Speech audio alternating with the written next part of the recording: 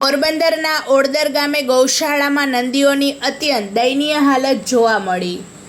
પોરબંદર મહાનગરપાલિકાનું તંત્ર શહેરમાંથી રખડતા ભટકતા ખૂટિયાઓને પકડીને ઓડદરની ગૌશાળામાં રાખી રહ્યું છે, પરંતુ ત્યાં ગૌશાળામાં ખોરાક, પાણી, આરોગ્ય સહિત રહેઠાણની પ્રાથમિક સુવિધા પણ પૂરી પાડવામાં આવતી નથી, જેના કારણે અનેક પશુઓ મોતને ભેટી રહ્યા છે। ત્યારે Uday Karavadara charitable and animal welfare trust દ્વારા ગૌશાળા ખાતે તપાસ હાથ ધરવામાં આવી હતી અને પશુઓ ઉપર જુલ્મ ગુજારનારી મહાનગરપાલિકા સામે પશુ ક્રૂરતા અધિનિયમ હેઠળ કાર્યવાહી કરવા તજવીજ હાથ ધરવામાં આવી છે। પોરબંદર શહેરમાંથી રખડતા ભટકતા નંદીને પકડીને મહાનગરપાલિકાનું તંત્ર ઓડદરની ગૌશાળામાં રાખે છે, પરંતુ ત્યાં તેઓને પૂરતો ખોરાક, પાણી, છાંયો અને આરોગ્યની સુવિધા આપવામાં આવતી નથી। તે કૌભાંડનો ઉદય કારાવદરા ચેરિટેબલ ટ્રસ્ટ દ્વારા पर्दाफाश करवामां आव्यो हतो। संस्थाना प्रमुख डॉक्टर नेहलबेन कारावदरा सहितनी टीम द्वारा तपास हाथ धरवामां आवता मोटी संख्यामां पशुओ राखवामां आव्या होवा छतां तेमने छापरू के शेड आपवामां आव्या नथी, जेना कारणे तड़कामां हैरान थई रह्या छे। महानगरपालिकानुं तंत्र 600 पशुओ पकड्यानो दावो करी रह्युं छे, परंतु आटली मोटी मात्रामां पशु माटे चारानी पूरती व्यवस्था नथी, पण पाणीनी पण पूरता प्रमाणमां व्यवस्था करवामां आवी नथी। એટલું જ નહીં, પરંતુ આરોગ્ય માટે 1962 એમ્બ્યુલન્સ રાખવી ફરજિયાત હોવા છતાં ત્યાં જોવા મળી ન હતી। આથી જીવદયા પ્રેમીઓએ મહાનગરપાલિકાના તંત્રને રજૂઆત કરીને વહેલી તકે જો સુવિધાઓ પ્રાપ્ત નહીં થાય તો પશુ ક્રૂરતા અધિનિયમ અંતર્ગત મહાનગરપાલિકા સામે કાર્યવાહી કરવા માટે તૈયારી બતાવવામાં આવી છે।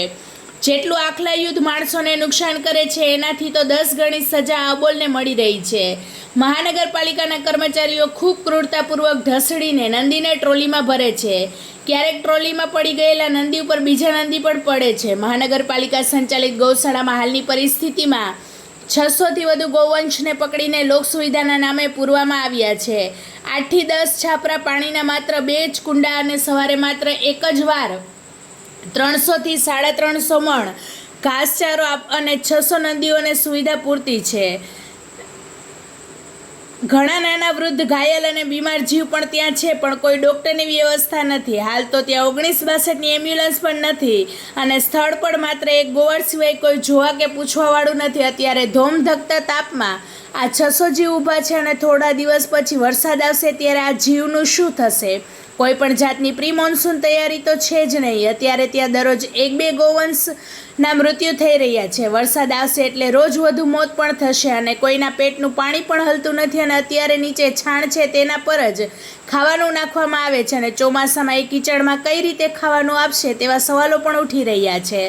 આ પણ જીવ છે અને કોઈ આડ પેદાશ નથી। દર વર્ષે 500-700 પકડે અને બીજા વર્ષે એમાંથી તો 20 કે 25 હજાર હોય અને બાકીના દેવ થઈ જાય। ફરી પાછા બીજા વર્ષે નવા પકડે, એમ દર વર્ષે મોતનો ખેલ ચાલતો રહે। સિંહ આવ્યો એ વખતના લોખંડના વાયર પણ એમાં જ્યાં ત્યાં પડેલા છે અને પોરબંદરવાસીઓ, અધિકારીઓ, સત્તાધીશો આ અબોલને હાઈકોર્ટના હુકમ મુજબ પકડો, પણ સુપ્રીમ કોર્ટના કાયદા મુજબ, ચુકાદા મુજબ એના અધિકાર તો આપો, એ અમારા પોરબંદરના સૌ જીવદયા પ્રેમીઓની માગણી છે, તેવું જણાવવામાં આવ્યું હતું। અત્યારે જે પોરબંદર નગરપાલિકા સંચાલિત ગૌશાળાની મુલાકાત લેવા આવ્યા છે।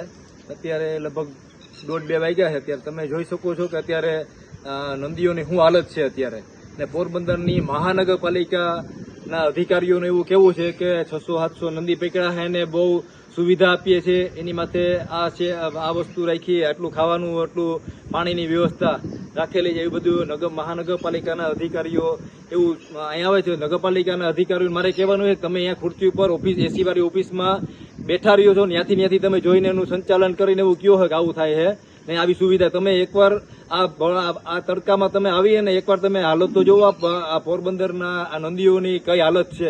તમને ખાલી પકડતા જ આવડે છે, અમે એમ નથી કહેતા ન પકડો, સુવિધા માણસોને માટે તમે પકડવાની હાઈકોર્ટની ગાઈડલાઈન છે એ પ્રમાણે તમે પકડો। અહીં તમે સુવિધા તો જો, સુવિધાના નામે આવું ટોટલી મીંડું છે।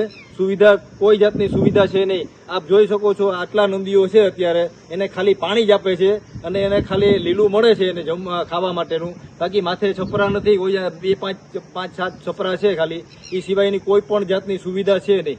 ને અહીંયા નગરપાલિકા ફક્ત ને ફક્ત કોઈ જાતનું ઓટાણે આનું રેકોર્ડ છે નહીં, કોઈ ટેગ મારતા નથી। અહીંયા ડોક્ટર છે ને 1962 એમ્બ્યુલન્સ, એ લોકો એમ કહે છે, નગરપાલિકાના અધિકારીઓનું કેવું હોય છે કે 1962 એમ્બ્યુલન્સ અહીં છે. અહીં હકીકતે 59 એમ્બ્યુલન્સ છે નહીં, ડોક્ટર નથી, એટલે એમ્બ્યુલન્સ અહીંથી ઉઠાવી લેવામાં આવી છે.